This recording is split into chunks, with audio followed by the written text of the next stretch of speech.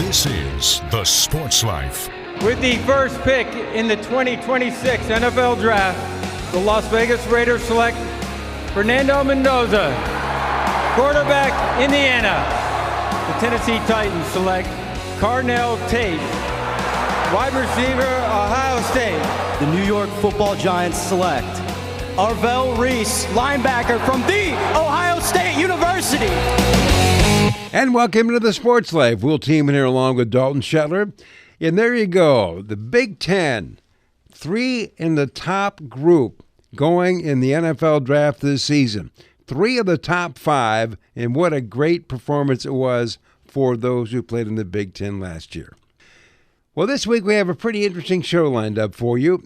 Bill Bender from the Sporting News is going to join us and talk about this draft, sort of evaluate how the Big Ten did overall, which was pretty good. That'll be a lot of fun to get to. And also, Eben Novy-Williams of Sportico will join us. We'll take a look at the Big Ten being the king of the college athletics world in terms of finances. And we'll also take a look at college basketball ratings, both men and women, how well it's doing now. So they're getting guys drafted, they're making dough, and people are paying attention. That's good. Everything's big in the Big Ten. Everything's big. So what do we got in terms of sounds of the week, Dalton? Well, let's start with the number 1 overall draft pick. Fernando Mendoza, the quarterback from Indiana, is selected by the Las Vegas Raiders. But if you ask Fernando, and people did afterwards, he's still the same humble Fernando Mendoza. This is his mentality after being selected number 1 in the 26 NFL Draft. Well, I believe I'm still the underdog. I can tell you right now, I am not 1 out of 32, although I was picked today 1 out of 32. I'm not 1 out of 32 quarterbacks at this moment. So I need to work every single day possible because I'm on the bottom of the totem pole. Whatever, everyone wants to rank me. I don't know those specifics, but I'm at the bottom of the totem pole right now. And I got to first earn the respect of my teammates, earn that equity, and I also I got to immerse, and I'm just ready to do whatever the team needs to help, whatever the team needs and calls me to do to help them win. And Dalton, I thought what was interesting, him being the number 1 pick was no great mystery, right? For the most part, that was going to happen. But I thought it was special that he elected to stay home and receive this great honor with his family. It goes to show just how unique he is, right? And that number 1 pick that had him go during the NFL Draft, the announcement in live time was actually during the Indiana football spring game this year, too. So all of the Hoosiers got to have some fun with that, seeing their guy go number 1 overall. Well, we're going to be talking with Bill Bender a lot about the Buckeyes, too, because Ohio State made a statement in this draft in several different ways. They had picks 4, 5, 7, and 11 in the first round of this NFL draft. The highest of them all was the wide receiver Carnell Tate, and here's what he had to say if he has any bragging rights over his teammates, the Buckeyes, who also went in the first round by being the first one off the board at number 4, with sound coming courtesy of CBS. I don't really think there's bragging rights. I'm just thankful for the business opportunity, thankful for the Titans organization, and then also just happy for my guys. All of us are being able to be here and get drafted. So, Dalton, when we go through this, don't you wonder how they ever lose a game, huh? It's fair. It's pretty amazing. Well, when we come back with more of the Sports Life, a look at the NFL Draft in reference to the Big Ten with Bill Bender in just a moment. Oh, yeah. Hey, Dad. Did you get a new haircut or something? A new shirt? You're looking good. What happened? A little fender bender? How little? A few days in the shop little. But thanks to Mom and our agent, we've already submitted a claim and can track the status right from the app. Auto owners pays what they owe without any hassle. Sounds like simple human sense. I'm fine, by the way. Oh, yeah, I was gonna ask. Ask your independent agent if auto owners make sense for you. Every kid deserves a chance to feel safe, to have their own bed, to be loved and cared for. That's why I love my foster parents. They make me feel like part of the family. Raise hope and foster dreams for one of 13,000 Michigan children in foster care. Visit michigan.gov/hope for a home or call 855-MICH-KIDS. That's 855-MICH-KIDS. Sponsored by the Michigan Department of Health and Human Services and the Michigan Association of Broadcasters. Do you hear that? That's the sound of uncertainty lurking under your hood. You know the feeling. I know I do. That sudden sinking sensation when you see a check engine light or your car unexpectedly breaks down and you're faced with sky-high repair bills. It's time to shield against unexpected repairs with CarShield. CarShield is America's most trusted auto protection company and has an A rating with the Better Business Bureau. Don't let the fear of a breakdown keep you up at night. Trust the Shield, CarShield, and say goodbye to terrifying repair bills and hello to peace of mind. Your plan also comes with 24/7 roadside assistance, courtesy towing, rental car options, and so much more. Don't wait till it's too late. Call CarShield now before a breakdown. Protect your wallet. Protect your car with CarShield. Get our best protection ever. Call now. You'll thank me later. 800-965-1292. 800-965-1292. That's 800-965-1292. We'll be back with more in a moment. This is The Sports Life.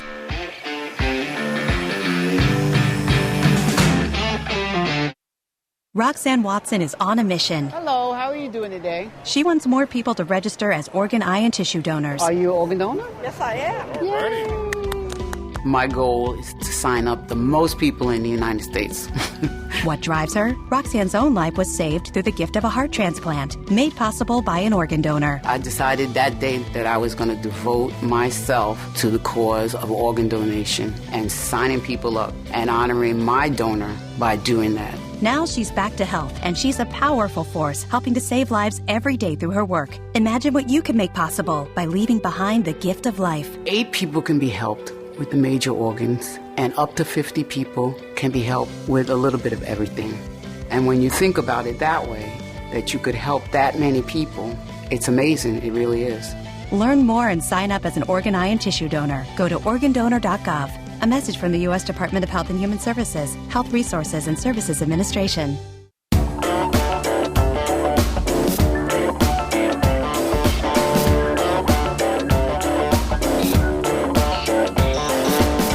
And welcome back for more of the Sports Life. We'll team in here along with Dalton Shetler. And don't forget, Auto Owners Insurance, simple human sense.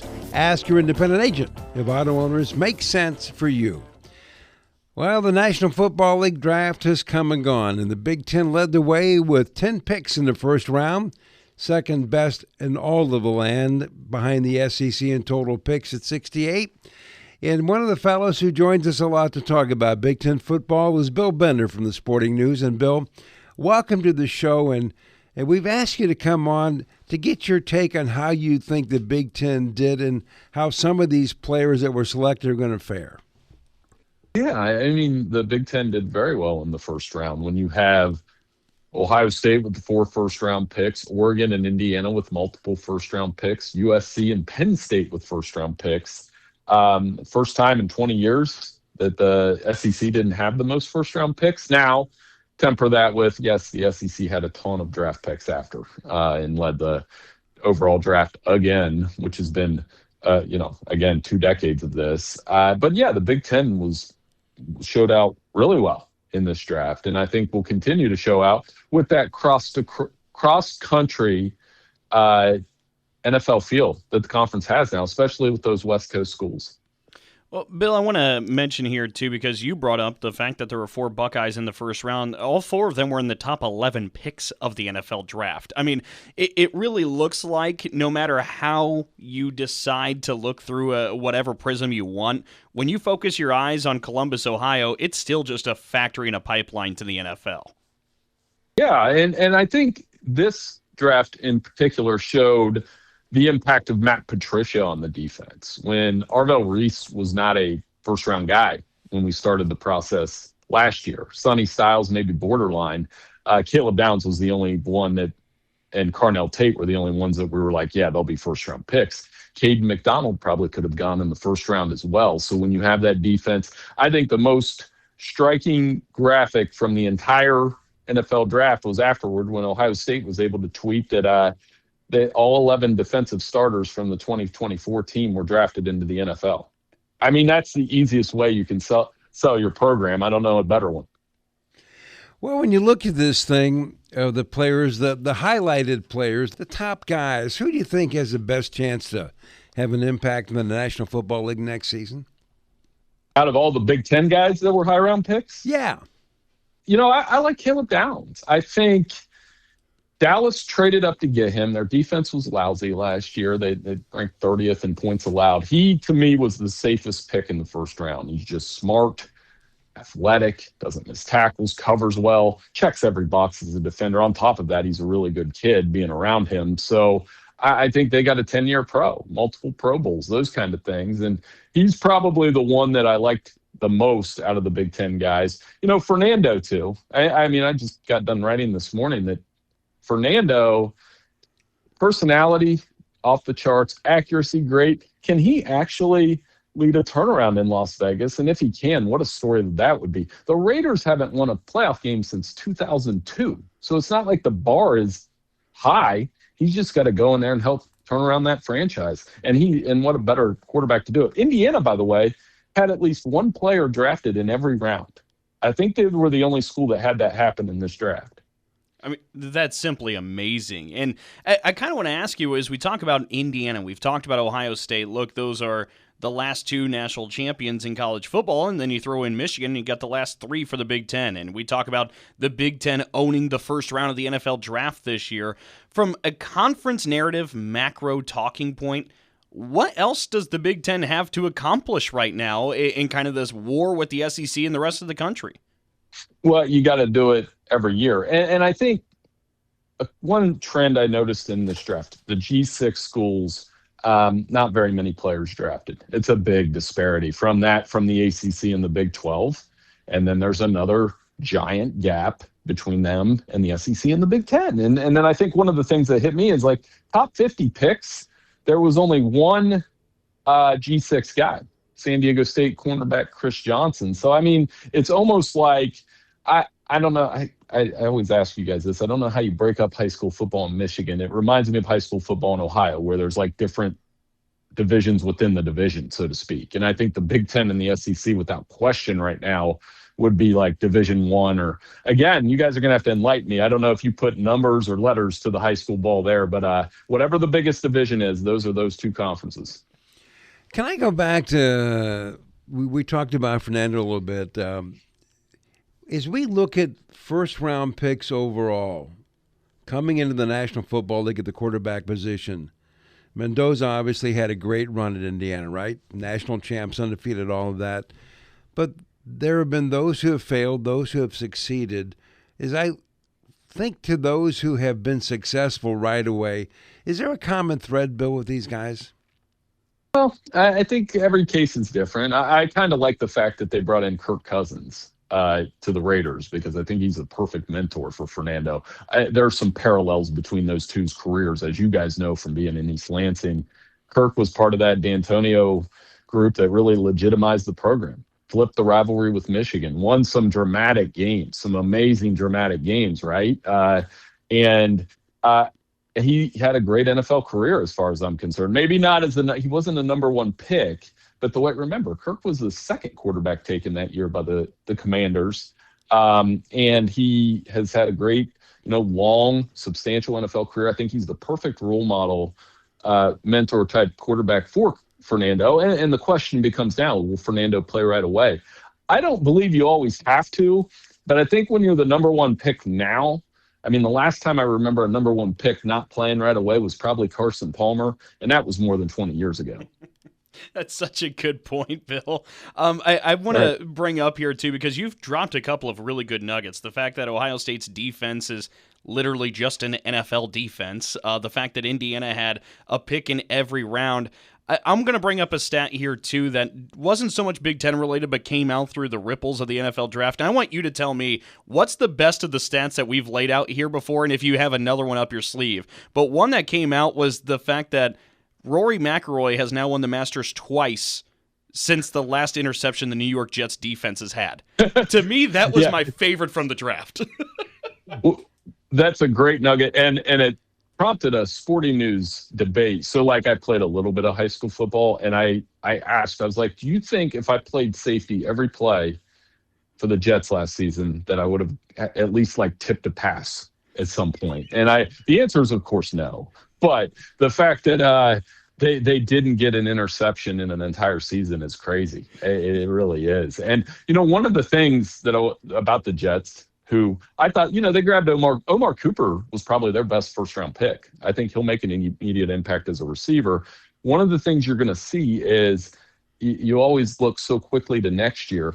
If you look at the top 10 in next year's draft, you're talking about Jeremiah Smith and Arch Manning and Leonard Moore and just an absurd draft class, at least in the top 10 on paper. I know that can change in 360 plus days, but I can't wait to see that draft. And I don't think teams are going to move picks around much because they're going to want to have a high round pick in that draft next year. Well, the one thing that struck me, Purdue had no draft picks, right? Well, okay, that makes sense. But I never thought I'd see a day that UCLA and Wisconsin didn't have one single player selected. Does that surprise you, Bill, that they're in that position? Yeah, I mean, UCLA will turn it around a little bit with Chesney, and Purdue, obviously. I think better days are ahead. But again, for Purdue, it's got to be a little disheartening that you watch Max Clare leave, goes to Ohio State for a year, and he becomes a second-round pick. I think UCLA will improve with Chesney and will produce some players like Nico Iamaleava next year. He'll be an interesting quarterback if he continues to develop there. But, in general, that's a good takeaway. And I think Washington had a lot of guys in the draft, a lot of guys this year, and they're coming off a large recruiting class. I think it's only going to get better for them. And again, just fighting to be relevant in this Big Ten space with so many good teams where it is quite literally an NFL light is going to be a lot of fun to see over the next several years. Well, Bill, as always, we appreciate it. Talk to you soon. Hey, anytime. Thanks for having me. As always, a good chat with Bill Bender from the Sporting News. When we come back with more of the Sports Life, we're going to talk some sports business in just a moment. So, got one for you, boss. Oh, yeah? What's black, white, and dented all over? I give up. The company truck. I know, but thanks to our agent, we've already submitted an insurance claim and can track the status right from the app. Auto owners pays what they owe without any hassle. Lucky for you, that's simple human sense. Ask your independent agent if auto owners make sense for you. Here's a real-life story that affects 50% of all of us out there. It's called divorce. If you've gotten divorced and now you're struggling to pay your bills and your credit card debts are completely out of control, you need to call this special debt relief hotline right now. We help people with all kinds of money problems caused by different life challenges, a divorce, a job loss, even heavy medical bills. All these life events can sometimes financially stress you out and cause you to get out of control. We help people get their lives back by showing them ways to consolidate and reduce their debt, in some cases for a fraction of what they owe. If your credit card balances are more than $10,000, call us and learn how to reduce your credit card bills and monthly payments now. Here's our number. Paid for by Debt.com. Call now, 800-810-1584, 800-810-1584, 800-810-1584. That's 800-810-1584. That ought to do it. Totally energy efficient. Oh no, not again. This time, we're getting help. Ladies and gentlemen, it's the battle of energy efficiency improvements. In this corner, Mr. I can save money and do it on my own. And in this corner, Miss Let's Get It Done Right with some help. Fight! Or you could just go to avoidenergydrama.com. From sealing your home to helpful loan options, you'll find all the tips and tools you need to stop wasting energy and stay comfortable. Avoidenergydrama.com. Brought to you by Michigan Saves. We'll be back with more in a moment. This is The Sports Life.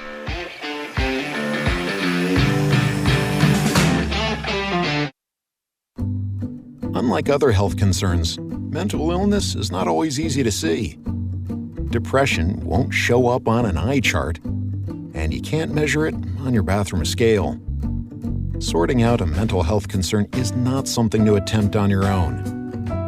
You won't find a bipolar disorder by looking at a thermometer. Like many other health conditions, help for mental illness takes professional diagnosis and treatment. Anxiety won't just go away under a stick-on bandage. So the sooner you seek treatment, the better. If you or a loved one has a mental health concern, don't go it alone. Find out what to do. For 24-hour free and confidential information and treatment referral, call 1-800-662-HELP. Learn more at samhsa.gov/support. That's samhsa.gov/support.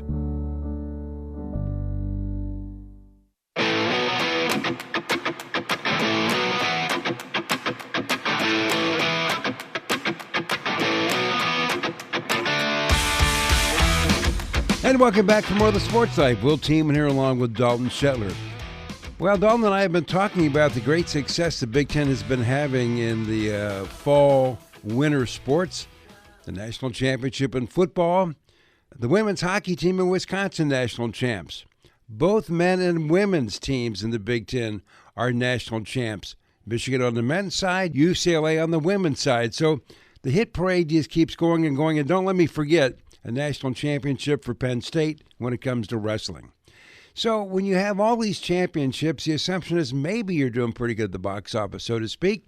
And to help us sort all this out is Eben Novy-Williams. He's the deputy editor of Sportico.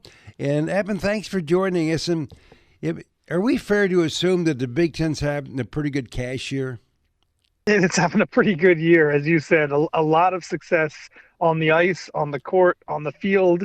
And as you guys know, the biggest driver here, money-wise, in college sports, like it is in most sports, is media revenue. And the Big Ten has a really big media contract. So we're a few weeks away from having latest revenue numbers for the Big Ten. But they are going to cross the $1 billion mark. They are probably going to earn a bit more than the SEC did in 2025.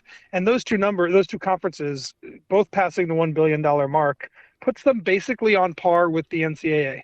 The NCAA makes about a little over $1 billion every year at this point. So in just a few short years, we have gone from the NCAA being by far the biggest financial entity in college sports to now obviously having the Big Ten and the SEC, I think, in rapid succession about to pass them. That is a wild juxtaposition to throw out there, Eben. Yeah. I want to ask you, too, because you talk about the $1 billion number for the Big Ten. You mentioned a lot of it has to do with the TV contract and the media rights. But, of course, we're talking a lot about the success of these programs as well. And all the big sports, football, men's basketball, women's basketball, the Big Ten is showing out and winning those in a way that no conference ever has before.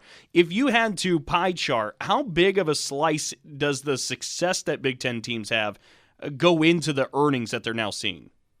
That part is fairly minimal. The one thing that you do see, that maybe the most direct way that success kind of works its way onto the conference's balance sheet is, as you guys know, for the March Madness, both the men's and the women's tournaments, the NCAA pays schools and leagues for their participation. That money goes to the leagues themselves.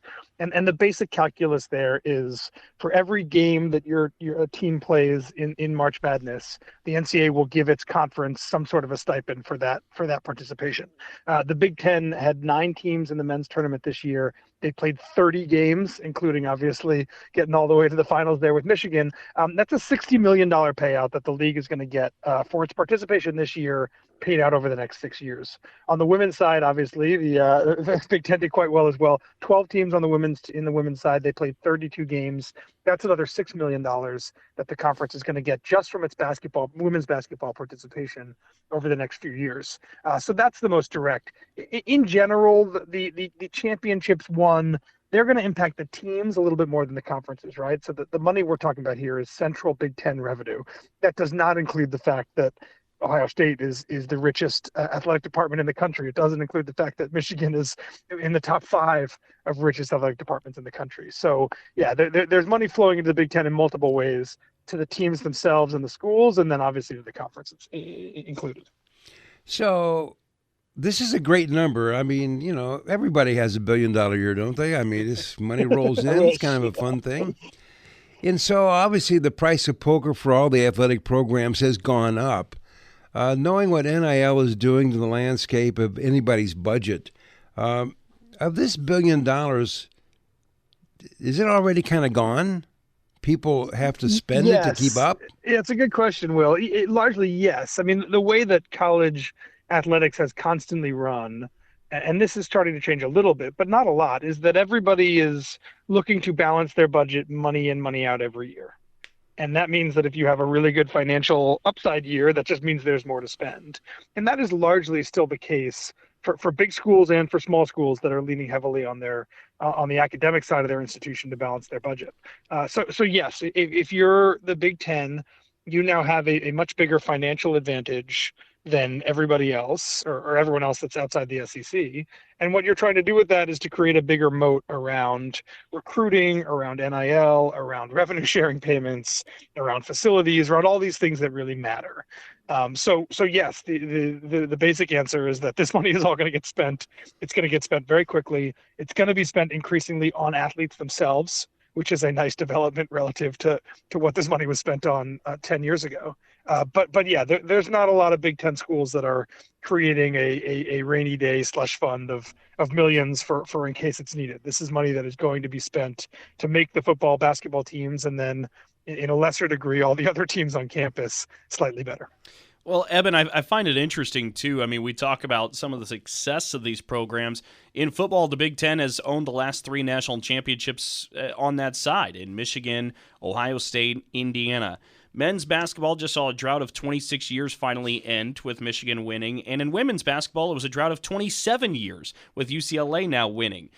What is it about this landscape now that everything is so heavily focused with revenue share, NIL? I mean, there was a day where the SEC was the king of, it felt like, a lot of different sports, and the Big Ten has just kind of came in and claimed it all. What is it about today's climate that suits the Big Ten so well? Money certainly helps, right? And again, when there's 2 conferences that are making $1 billion a year and everybody else is maybe 60% of that or lower, then it certainly helps, right? That is an advantage. And I think brands matter a lot as well. And some of those schools you mentioned, right? Michigan, Ohio State are among the biggest brands in college sports, and that helps in recruiting. The one that jumps out to me of all the things you mentioned, Indiana winning a national championship in football, which came kind of out of nowhere, I think is kind of a shot across the bow for basically everyone else. I don't think there is in any other league besides the SEC and Big Ten, a school of Indiana's kind of historical stature that can come out of nowhere and become the best team in football. It just isn't going to happen in a league like the SEC or in the new shaped Pac-12 or in a league like the Pac-12 or the Big 12 or the ACC. So I think in my mind, of everything that's happened in the past few years, and I get, as you said, there were two decade plus long droughts for basketball champions, but the fact that Indiana can come out of nowhere and be the most dominant team in college football basically overnight, to me shows that the Big Ten, and again, the SEC is right there as well, is operating on a different level and is going to have the ability to continue to be the cream of the crop moving forward. So going along with what you're talking about there, is it possible to project the Big Ten can continue along this way of owning championships because maybe they have more resources collectively? Yeah, it will. Some people think I'm crazy when I say this, but I would not be shocked if there's going to be a couple more years of settling out. But if you told me that the SEC and the Big Ten won after the next 5 years, we're winning 80 to 90% of the major championships in basketball and football, it wouldn't shock me. Again, the financial moat is that large and getting larger. And we've seen in the past few years all the things you mentioned: NIL, new revenue sharing, freedom to transfer has in some ways kind of leveled the playing field for a little bit. And I think that pendulum is going to swing exactly the other direction. And I do think at some point soon, this financial advantage is going to be so large that it is going to be increasingly difficult for schools that are not in one of these 2 conferences to be able to spend the resources necessary to be consistently excellent in football, in men's basketball or women's basketball. Eben, I want to circle back to something you said from the very top when you talked about that the Big Ten Conference has just as much money as the NCAA, if not more. And it's still kind of a staggering statement that we're still trying to collect ourselves a little bit from. I want to ask you, moving forward in the future, the power hierarchy, how much power and autonomy do the Big Ten and SEC have as you kind of play with this dynamic with the NCAA? Do you see the power structure changing, bending, being more flexible in any kind of way? I do. I think you could easily make an argument that right now, as we're talking in April in 2026, that Tony Petitti and Greg Sankey, the commissioners of the SEC and the Big Ten, are more powerful than Charlie Baker. And I know this is a conversation that they have been thinking about intently, the two of them and other conference commissioners as well. There is a chance at some point soon that these conferences decide that they don't need the NCAA. There's a chance that they decide that they want to create more autonomy for themselves. I think the thing that they're constantly balancing is how catastrophic a shift that would be. That would be a tectonic shift in college sports. And I know that Greg and Tony both also feel like in some ways they are also stewards for the greater college sports enterprise, and that the minute that they kind of firmly break away, that they are rupturing something that can never be knit back together. So I think in the back of their mind, that's the other thing, is that they know that if they really want to break away, flex all this muscle, really become the power structure, that then you are fundamentally changing college sports as a national property forever. And at least so far, they have been unwilling to do that, whether that changes in the future. But I have been talking to folks around college sports about what the future of the NCAA is for years. And when Mark Emmert stepped down and when they were hiring Charlie Baker, I think there was this open question about whether the person who took this job was going to continue to be the most powerful person in this industry, or if this person was going to become more of a totem and a figurehead for a bygone era. And I'm not saying we're at that point quite yet, but I definitely think, yes, if you were asking me who the most powerful people in college sports are right now, it's the folks that sit in chairs at the big media companies, and it's the folks that sit in chairs at the two big conferences, and everybody else is sitting somewhere below that. Well, we're visiting with Eben Novy-Williams, the deputy editor of Sportico, and he has agreed to stay with us for one more segment. We talk about money, and if you talk about media and you got some ratings to go with it, that can mean more money. Back with that conversation in just a moment. Oh, yeah. Hey, Dad. Did you get a new haircut or something? A new shirt? You're looking good. What happened? A little fender bender? How little? A few days in the shop little? But thanks to Mom and our agent, we've already submitted a claim and can track the status right from the app. Auto Owners pays what they owe without any hassle. Sounds like simple human sense. I'm fine, by the way. Oh, yeah, I was gonna ask. Ask your independent agent if Auto Owners makes sense for you. So I graduated last year and got a job. Sweet! But it got boring. I didn't really have a purpose. Then I started volunteering with Community Action. It's a statewide network with 29 agencies across Michigan. Community Action helps people with food, housing, utilities, childcare, senior services, you name it. I found my purpose, helping people, changing lives. Won't you join me? Call 1-855-MI-ACTION or go to MichiganCommunityAction.org. Sponsored by Michigan Community Action and Michigan Association of Broadcasters. This is a potter's field.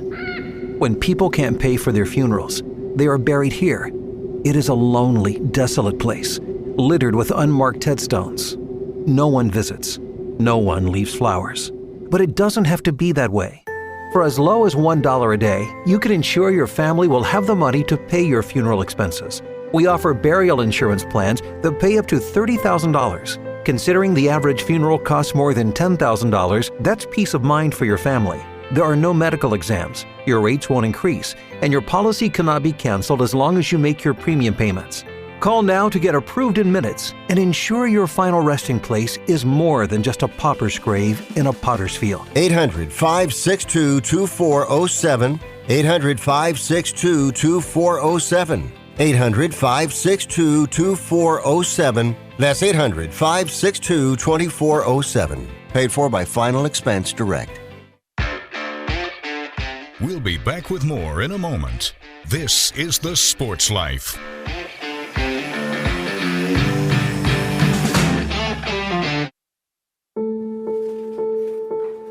We all make choices. When it comes to alcohol, kids make choices whether to drink or not. Bye, Dad. Bye-bye.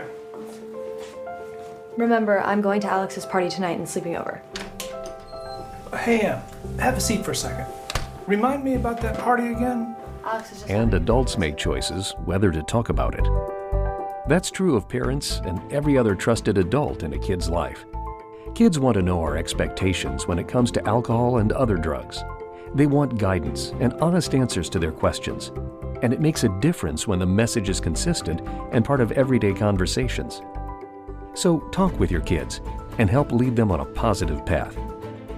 Because when you talk, they hear you. For more information about talking with your kids about underage use of alcohol and other drugs, visit underagedrinking.samhsa.gov.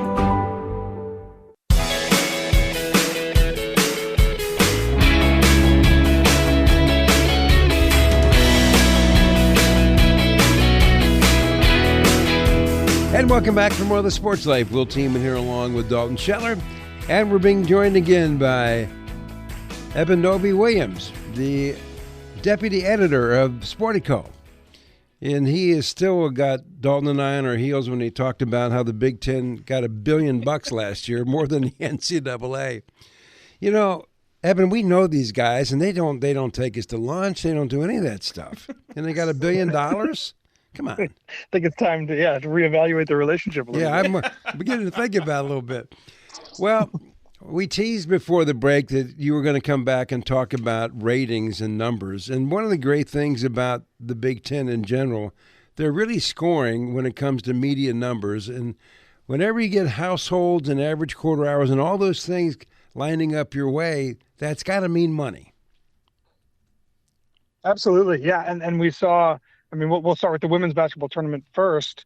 The UCLA South Carolina championship game was the third most watched championship game ever in women's basketball, trailing only, you guys can probably guess this, the two Iowa ones, the ones that had Caitlin Clark. But I think what the numbers show, particularly for women's basketball, is that there was this obvious incredible fan engagement and flooding people watching a few years ago when Caitlin and Angel Reese were battling. And there was an open question, I think, about when Caitlin moves on to the WNBA, when Angel Reese is gone, does this next kind of class of women's basketball college stars, are they able to convert and capture a lot of that audience? And the truth is that they are. 9.9 million people watched the final this year. It's down from 10.8 average for Caitlin Clark's record, but that's not a huge difference. And those numbers are so much bigger than what was happening, even if you go 6 years ago before Caitlin got to Iowa. So I think if you look at the numbers here, you have a very healthy pattern here for women's college basketball, which is that Caitlin was, and Angel in that era was a big jump. We're not going to hit that every year, but it does seem like we've settled into a new normal that is, under any other metric, a massive jump up for women's college ball. Well, I was going to say, if we're starting with the women's side, then I'll ask you this too, because to your point, if you look at a line graph from 2010 to 2022, right before the Clark National Championship games, it was either just below or hardly above 4 million. As your average viewing experience. And I mean, it's crazy. And you laugh because now, like, you're sustaining at least double that audience, if not 2.5 times that audience on average per year in these national championship games.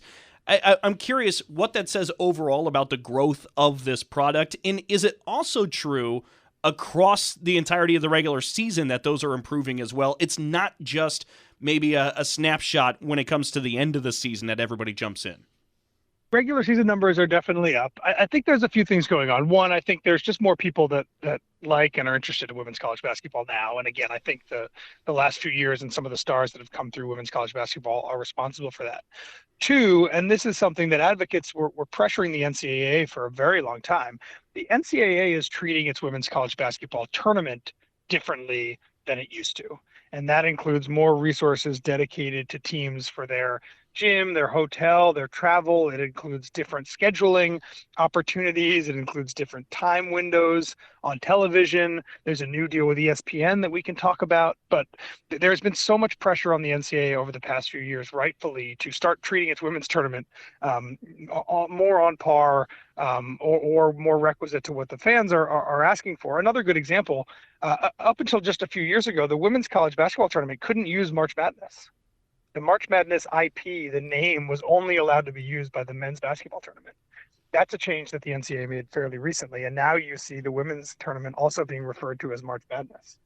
So I think the NCAA has done a better job at prioritizing the women's basketball tournament, and that has made it a more friendlier, more marketable experience, and that is also, I think, driving ratings increases as well.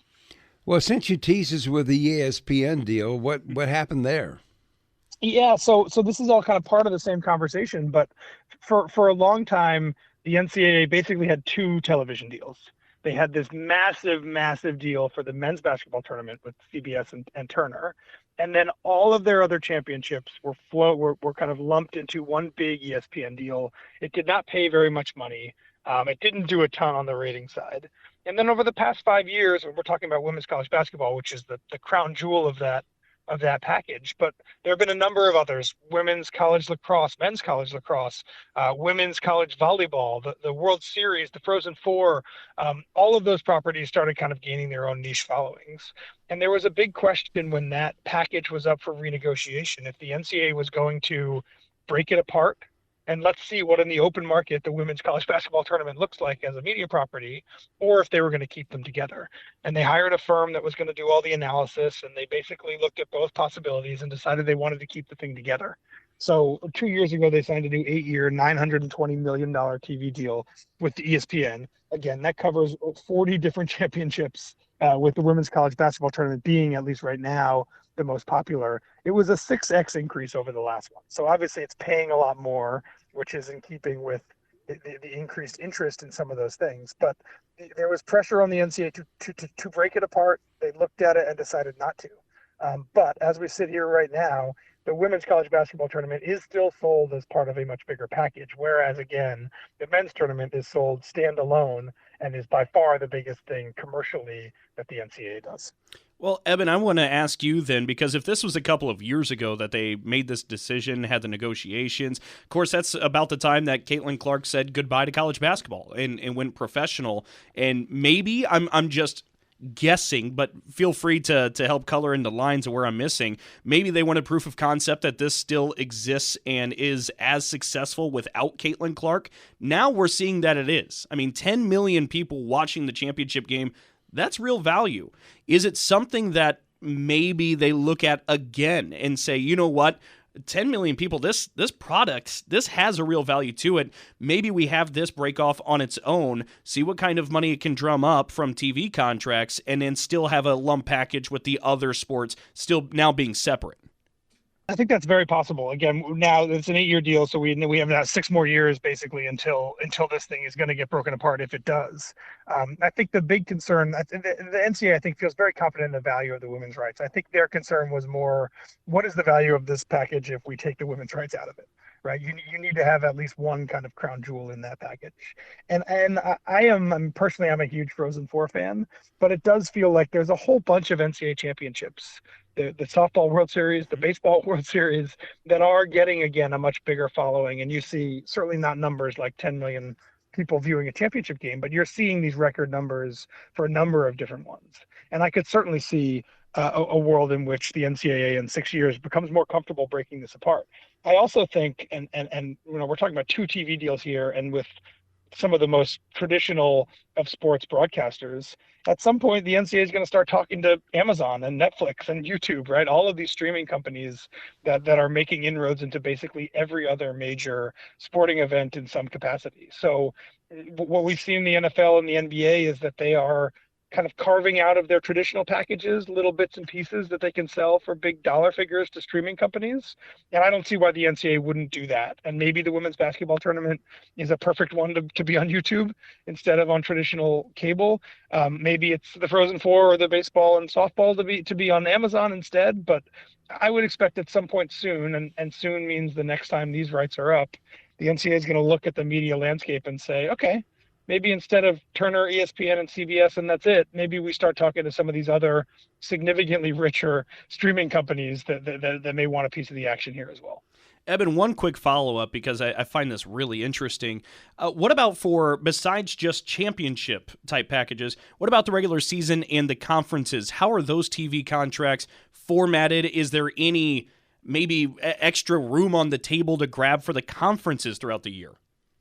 There is definitely extra room, and in the prior segment, obviously we talked about the Big Ten, and they've obviously got that triumvirate of major rights deals. There are some rights that are kind of the third tier rights, as they call them, that still stick with the school. So schools are monetizing their rights, conferences are monetizing the bigger games, obviously. Then obviously we're talking about the NCAA in basketball in particular, monetizing the postseason rights. Yes, I think there's definitely an opportunity for leagues to make more money off of their conference rights. And going back to the conversation we just had, the SEC and the Big Ten are obviously the shining examples of that.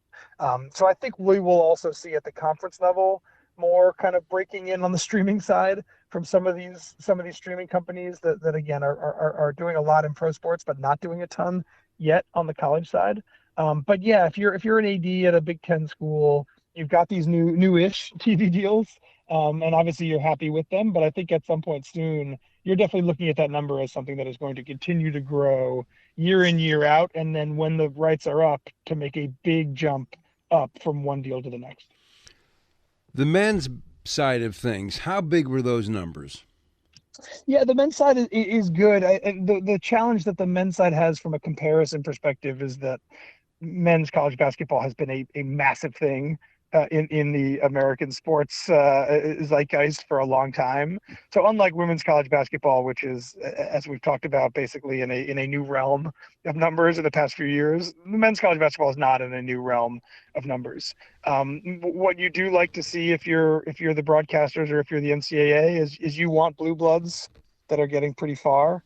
We like to joke that what the tournament organizers want is they want chaos in that first weekend. And then when it comes time to get to the Elite Eight and the Final Four, you want Duke, you want Michigan, you want you want Kentucky, you want all the big ones there, and they've gotten that largely. So the numbers were fairly good. I don't think they're not setting records anytime soon, I don't think. But again, they're working on comparisons back when 20 years ago when college basketball was a bigger property where there were less other options on TV. So it's hard to kind of make those comparisons. But yes, I think anytime you're getting the numbers like they did for the championship game, for Michigan's win, that's big. And again, having a program like Michigan, having a blue blood at this point program like UConn playing in those games does a big deal in terms of getting numbers. Eben, before we let you go, I want to go back to a point you just had and kind of look at your forecast, because you talk about some of the other partners that may want to eventually jump into college sports and broadcasting them. I immediately think of Amazon and their interest now in the pros, and maybe eventually they try to get into the college game. Who are other examples of this, and why are companies like Amazon and some of the streaming partners, why are they willing to throw more money at products like college sports? Certainly right now they're doing it in the pros, but maybe possibly at college sports than what cable partners have been doing. Yeah, I mean, the easy answer to all of this is that they have more money, right? If you look at the balance sheet of a company like Amazon, it's obviously it looks so different than the balance sheet of a company like NBC or CBS, even given all the changes going on at Paramount. So that's one. Two, I think they have to spend more money because they are still offering an option that is slightly riskier from a conference or rights holder standpoint. Right. And that will change, I think, dramatically over the next decade as consumer patterns change and as tech gets better. But if you're the Big Ten and you're thinking about who you want to give your rights to, ESPN feels very safe and everybody in the country knows how to watch ESPN in some capacity. But Amazon doesn't have the same reach as ESPN, at least not yet. And there's still a tech kind of hiccup or a tech barrier to entry for some people in this country about how to stream games on Amazon. So I think in some ways still those companies have to offer more money, because if you're looking at an equal dollar figure offer from ESPN and from Amazon, I think we're still at the point where a lot of partners would still take ESPN at that point. So I think they have to offer more. They certainly have more money to give. But in terms of why a company would be interested here, one of the things you get with college sports is you just get this kind of, you get hyper regional audiences. And in a lot of cases, you get a very avid younger demo. And that is obviously very enticing for Netflix, for Amazon, for YouTube, for basically anyone. So I think these conferences are sitting on properties that have national appeal, obviously, and they hit every demo. But in particular, you're ending up with some of the most avid followers here are kids in their like 15 to 25-year-old range, and that's the sweet spot demo for basically everyone in media right now. As a final question, now that we've had a chance for the Big Ten to experience the new TV deal with new partners, do you think at the end of the day it was good for the Big Ten to do what they did, a little progressive, and maybe did it help or hurt them to sever ties with ESPN?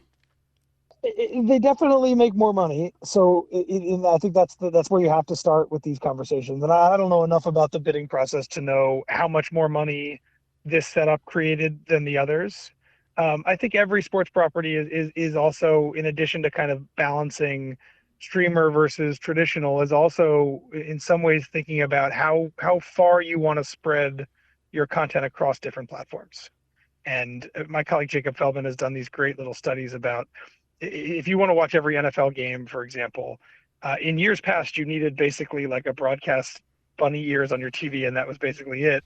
And then you needed ESPN, and now you need 6 or 7 different platforms or different subscriptions. So I think what every sports fan I think can relate to this in some ways is there's a little bit of like a confusion oftentimes. Oh, I want to watch this game. What is this game on? Is it on ESPN? Is it on Amazon? Is it on Netflix? Can I do it on my computer or my phone? Do I have to watch it on my cable? So I think the Big Ten obviously is dealing with that a little bit. I think the other challenge of this TV deal that I don't think the Big Ten has fully figured out in terms of fan consumption of it is the kickoff times, particularly for some football games, both in terms of day of the week and also time of day. So I think part of that just comes with having to satisfy multiple partners that want their kind of staple game of the week game, particularly on Fridays and Saturdays for football. So I think there's definitely some growing pains that exist for fans. But if you're the league, yeah, I think we're as we've talked about, money is tight. As unbelievable as it is to say that, money is tight for everyone in college sports, whether you're the Big Ten or whether you're the Big South. And the opportunity to make a massive jump up in money from a handful of TV partners, I think was an opportunity that was too good to pass up. So that's my basic read on the Big Ten. And we'll see when these deals are up, if they want to continue down this road, if they want to continue to be more fractured, or if they reach a point where they feel like, because things are changing, because people are watching sports differently, and if the offer is there, maybe some consolidation where for a massive single price, a group like Amazon just gets all of it in one bundle. Well, we sure appreciate all your time. It's been fun to talk about where all this is heading. And at lunch, Dalton and I are still going to talk about the $1 billion. Well, it's always a pleasure, guys. I appreciate you having me on. Some great insight from Eben Novy-Williams, the deputy editor for Sportico. Ratings, cash, $1 billion. I think we touched all of it. It's a lot to digest. We'll be back with more of the Sports Life in just a moment. So, got one for you, boss. Oh, yeah? What's black, white, and dented all over? I give up. The company truck. I know, but thanks to our agent, we've already submitted an insurance claim and can track the status right from the app. Auto owners pays what they owe without any hassle. Lucky for you, that's simple human sense. Ask your independent agent if auto owners make sense for you. So I graduated last year and got a job. Sweet! But it got boring. I didn't really have a purpose. Then I started volunteering with Community Action. It's a statewide network with 29 agencies across Michigan. Community Action helps people with food, housing, utilities, childcare, senior services, you name it. I found my purpose, helping people, changing lives. Won't you join me? Call 1-855-MI-ACTION or go to MichiganCommunityAction.org. Sponsored by Michigan Community Action and Michigan Association of Broadcasters. If you have diabetes, listen up. If you have insurance, you can qualify for a continuous glucose monitor. With a CGM, you can continuously track your levels and trends and spend more time in range, significantly lowering your A1C. More importantly, a CGM eliminates the one thing most people with diabetes hate: painful finger sticks. Order your new continuous glucose monitor today. If you use insulin and if you've seen your diabetes care provider within the last 6 months, months, you may qualify for your own CGM right now. We'll do all the insurance paperwork and deliver your new CGM at little or no out-of-pocket cost to you. Medicare and most insurances will cover your CGM, so don't wait. Have your insurance handy and call the Aptiva Medical CGM Health Hotline right now. 800-948-6912. 800-948-6912. 800-948-6912. That's 800-948-6912. We'll be back with more in a moment. This is The Sports Life.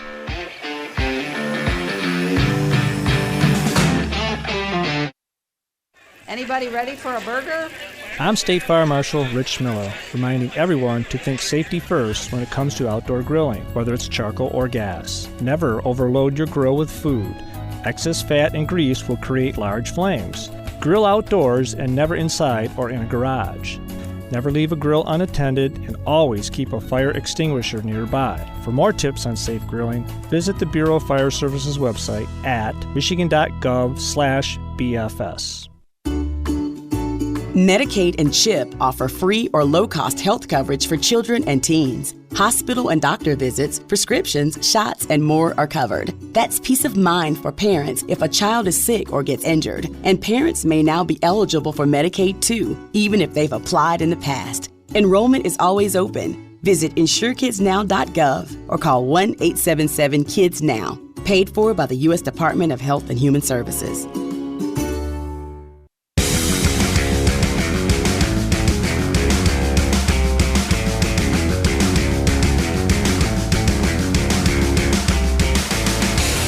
And welcome back for more of the Sports Life. We'll team in here along with Dalton Shetler. Fun show this week, visiting with Bill Benders. We talked about the after effects of the NFL draft and how the Big Ten fared in it, and also some interesting tidbits from the business of college sports from Eben Novy-Williams from Sportico, which leads us now to our parting shots. And by the way, if you missed any of that, make sure you give us a follow. At Sports Life Now is where you can find us on Twitter or X. That's again at Sports Life Now. We'll have everything posted there. But for my parting shot, taking a look back at the NFL draft, the Indianapolis Colts ended up selecting 8 picks in the NFL draft this year. All 8 of them were from either the Big Ten or the SEC.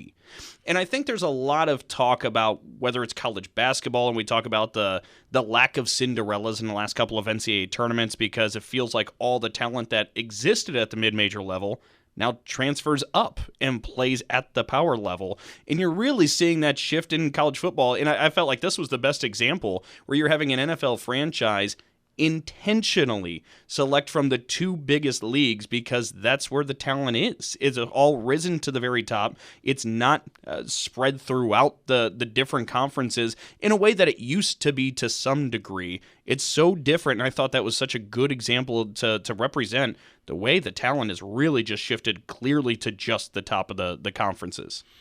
And it's going to be interesting, Dalton, to see where this takes us. Mm-hmm. It's going to be interesting. Well, my parting shot isn't quite near as dramatic as that. My parting shot goes to Logan Jones, center from the University of Iowa, the 57th pick in this year's draft, taken by the Chicago Bears. Now, a quick background on Logan Jones. He won the Remington Trophy. That makes him the best center in all of college football, a unanimous All-American pick, and 2-time All-Big Ten first team. So his credentials, Dalton, are pretty good. 57th pick. Here's why I'm going there. Believe it or not, because he was the 57th pick, Heinz 57th ketchup, is going to give him a lifetime supply of Heinz ketchup. How about that? So he gets some money, he's got ketchup for his whole life, and they gave him a red jacket to boot. So with that, that's a wrap for this week's show, and as always, we appreciate everybody joining us. And we should also note that you can find us wherever you find your podcasts, like SoundCloud, Spotify, and Apple. And make sure to check us out and hit subscribe. As always, we'd like to thank the Big Ten Network, and the Sports Life is produced by Dalton Shetler. Our executive producer is Wendy Hart. So on behalf of Dalton, I'm Will Tiemann, and thanks for your time.